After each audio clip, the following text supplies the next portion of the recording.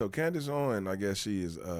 They're talking about the topic. Well, pretty much the rise of Gaytriarchy. So in terms, y'all know what that means. You know what I'm saying? So we just gonna get into it and see what they got to talk about, and you guys be the judge. Drop the comments below. Let's get it.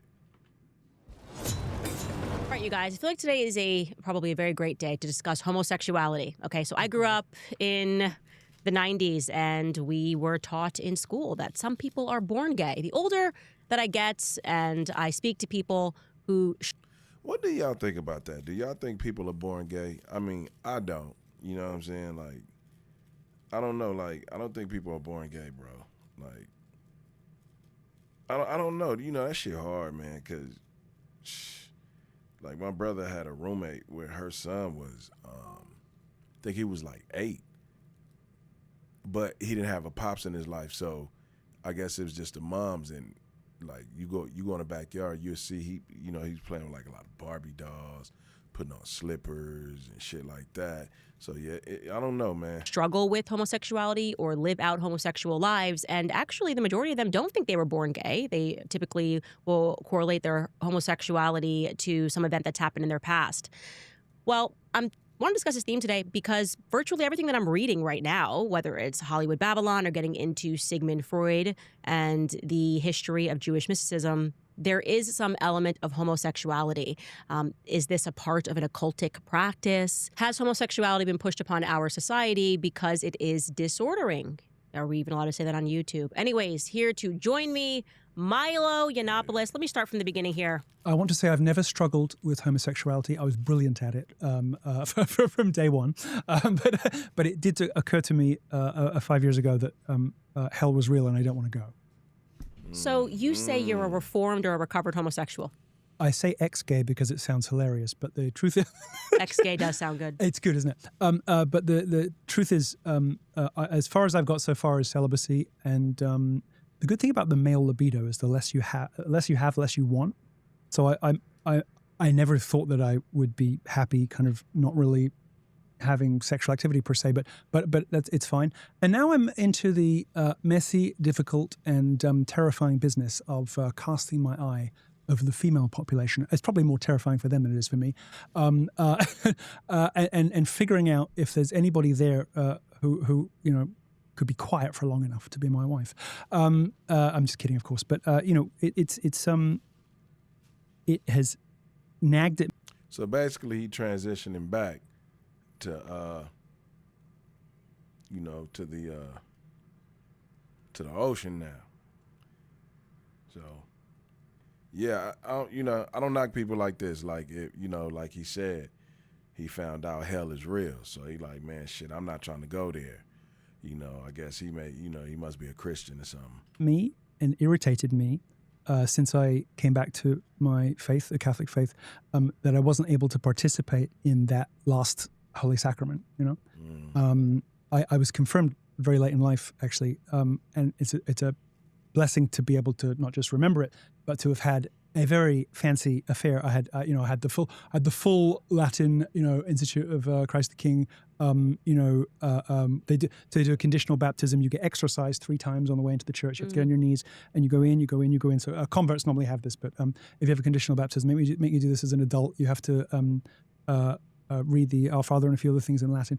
And then confirmation is, as you know, over very quickly. But it was beautiful, and it was lovely to be able to have that as an adult. And it was a very important part of my return to as close to faithful Catholic life as I can get. I think it's probably safe to say. But it was bugging me that I wasn't able to participate in something that everybody should. And there's something very magical and very special about not just marriage, but about children, because it is the time before you die, before you get to heaven, where you get to do something with our Lord. It's called co-procreation. 2 people make the baby biologically, but our Lord puts a soul in there. And so co-procreation with God is, you haven't just made love with your husband and you haven't, or your wife, you haven't just, created a baby, but you have participated in creation with God, like like that's huge. And it's something that men can do even if they can't bear children. They still get to do that. And I don't know. I just the truth is, it's not a very good answer, but it sort of crept up on me. The truth is, one day I woke up and I remember the short chain of thought I had, and it's what I said a moment ago: hell is real, and I don't want to go. Just like that. Yeah. It's very interesting because, like I said, I grew up and you learn in school, if you go to the public school system, that some people are gay, some people are straight, and we need to normalize homosexuality. That's why we have terms like homophobic, which I don't know what that means. I guess it means you're scared of gay people if you're running a down the baby, street. you should be afraid of getting trafficked to a homosexual couple. Homophobia is pretty rational if you're a vulnerable young foster kid or something.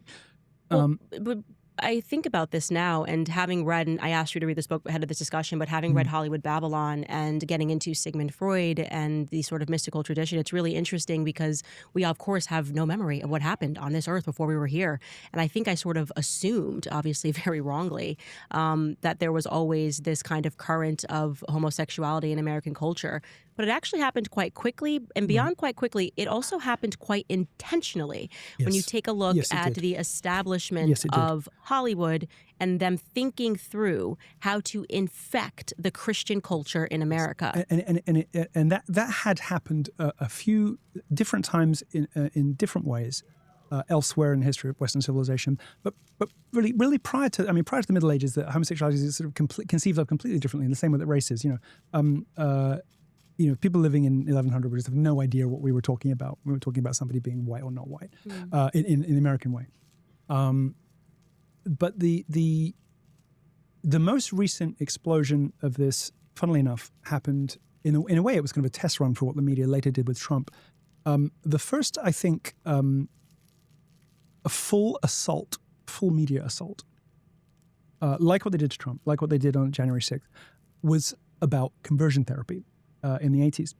And at that time, after maybe half a century of this stuff, digging in after the 1910s, 20s, and 30s in Hollywood, half a century has passed, and people still think homosexuals are dirty and sleazy, and it's a moral choice, and this a moral episode, and we can't get over this hurdle. So what the campaigners came up with was, well, hang on a second, if it's like being black, or if it's like being a woman, then if somebody doesn't like it, they're a bigot.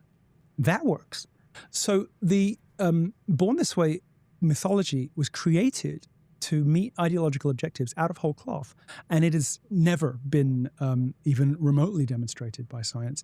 The closest that anybody will truthfully get is say there appear to be some people who have some sort of predispositions, maybe, but it is vastly more to do with nurture than it is to do with nature.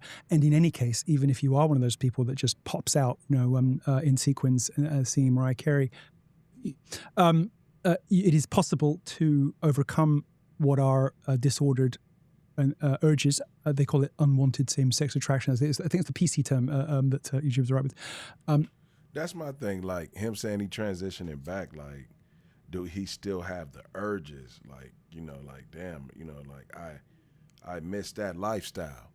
Like, or is it just like straight up, like, I just want to be with a woman. Like, I want to be married. I want to have children. I want to bear the fruits, like, that's what I'm saying. Like, do he still have urges? And how would that be when he's with a woman? He get a wife, and, she know, he was homosexual or whatever, but like, shit. Hey, to each his own, everybody different. It is possible to, even though you may be suffering with what is a terrible curse, not do it. You know what's interesting, because I've had to reconsider that my childhood programming on this, but I love that you call it the Born This Way mythology. That's a great way of saying it, because that's what it was. You're born this way. And it's worse than mythology, actually. It's that propaganda. It's political propaganda. It is political propaganda, and I think that the best example of that currently, because we're living through that, is this insistence that people are born trans. And you can see how they infect that propaganda, how it starts. And thinking about Hollywood, how it starts with the television screens and I Am Jazz was sort of the first time that they did this TLC show. I don't know if you're familiar with this. And it Yeah, was, I know. and they said, actually, jazz is trans, and it became this cultural phenomenon. It got so much coverage. And nobody tells you the end point and the struggles that jazz is facing today. And they were able to get all of these kids. I grew up, nobody was trans. And now all of a sudden you have all of these parents who are Wait, so in the comments, was that a dude? Like, let me know. I didn't watch that show. convinced that their children are born You said it. something You said other. it exactly right. People are always amazed at the horrors that parents can do to their own children, but they shouldn't be, because people do all kinds of terrible things to their kids. Whether it's everyday neglect or it's something more serious and more dramatic.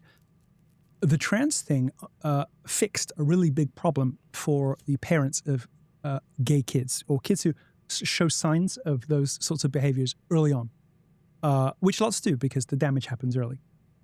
Fixed a big problem, which is, what did I do wrong? Because if you don't have a... That's what I'm so confused about. Like, how do that? Like, when it's both parents in a family, and the father and the mother is there. The father, he's tough. The mother, she's soft on him. How do that child just become that way? I don't understand. Like, in the comments, what's your take on it? Tell me how do they become that way? Because I see everybody have a different take on it. So I definitely want to know. A gay child that you messed up, but instead have a trans child who has a problem, who has a disease, who has a syndrome, who has something on them, then you're off the hook. You're not bad parents. In fact, you're victims, because your kid has got this thing that nobody would ever want for their own child, and so you become brave, and you become a hero, and your child becomes the crucible in which your social anxieties about having messed up as a parent and made your kid gay, which is what you did, are resolved and sanctified, because in fact, all of these kids who are seized and mutilated, if they were left alone, would be what we would call, like gay men. And if without the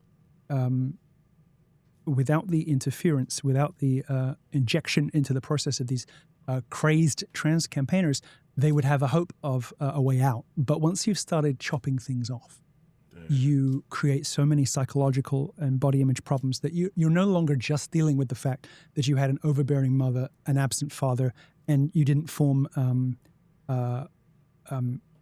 sustainable platonic relationships with men as a young boy, and something went wrong in your head, or that you got raped, and it happened because it could happen with any mixture or all of those reasons. I had a bit of all of them. Once you start chopping part of that person off, you cut them off from salvation, you cut them off from redemption, you cut them off from hope, because if you can stop doing that stuff, at least you're still you. And you have potential and possibility, and you could do and be anything as long as you're still in possession of your health, your faculties, your whatever. But once you start mutilating somebody because parents find it easier to believe their kids have a disease, which is not their fault, than they messed up as parents and that they're gay. So is he saying that it's the parents' fault that their child is gay? I mean, shit, like, man, I mean, how can you make your child gay? Like, I don't get it. Like, in the comments, tell me, man. You know what I'm saying? Like, I be like, that shit confuses the fuck out of me, dog. Like, shit, man. But, like I said, it's a no-filter channel. Say what you need and what you want to say, homie. It's MalReact. You can catch the rest on Candace Owens. Man, I thank y'all for tapping in with me. Make sure y'all subscribe if you tuned in. Man, if you don't, hey, thank you for watching. Peace.